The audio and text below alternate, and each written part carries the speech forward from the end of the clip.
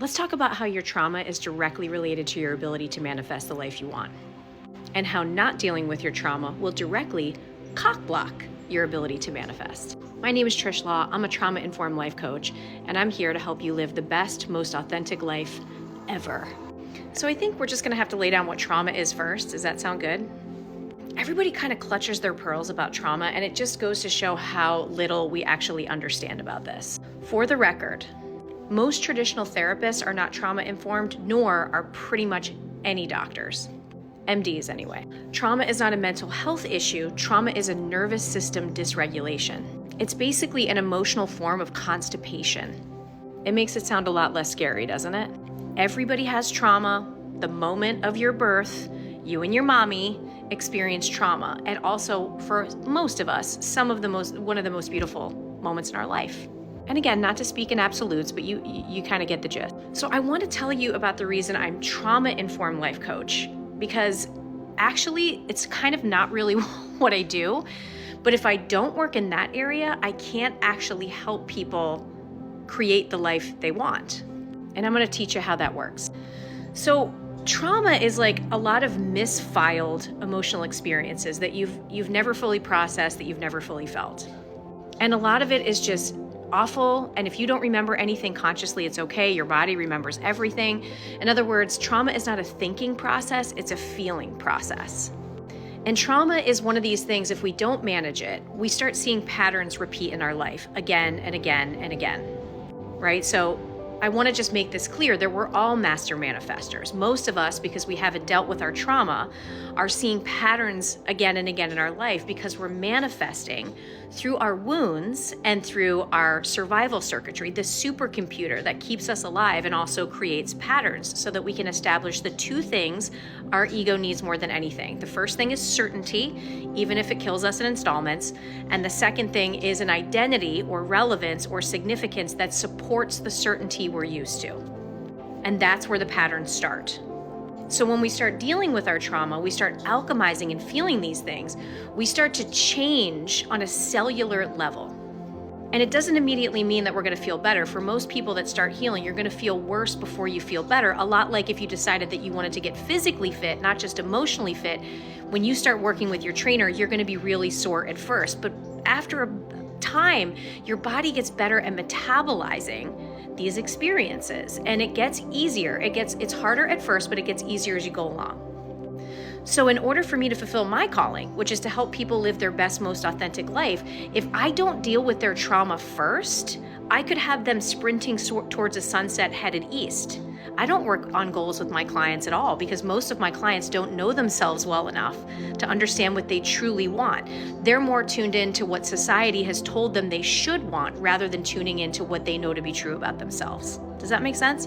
So when you start working on your trauma, it's not just difficulties. It's kind of like akin to when you start unpacking a house of a family member and you start to find all this hidden money everywhere. So hidden in your trauma are all these amazing things, not always, it's a lot of shit and a lot of just garbage, to be honest, but a lot of it has to do with things that make you so uniquely you. In fact, your trauma is 100% responsible. I shouldn't say 100%, maybe 90% responsible for creating your personality, which is going to really serve you, especially if you want to manifest.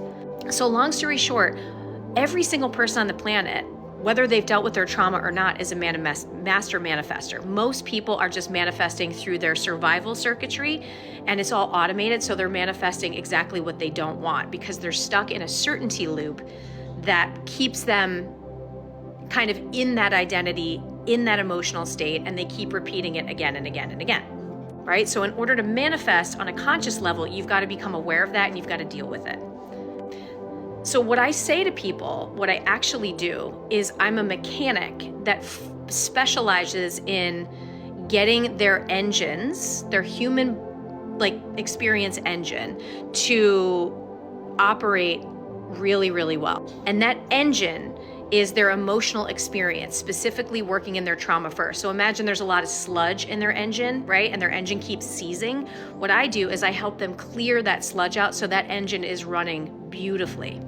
But that's not actually what I'm here to do. I'm here to help that person take that engine and that beautifully functioning machine so that they can drive this vehicle anywhere and anyhow they want.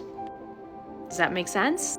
So once somebody has alchemized their trauma, they have this beautiful byproduct, which is authenticity, which is the totality of your emotional experiences, your personality, your ability to be emotionally flexible, and your ability to tap into higher frequency emotions, specifically your intuition.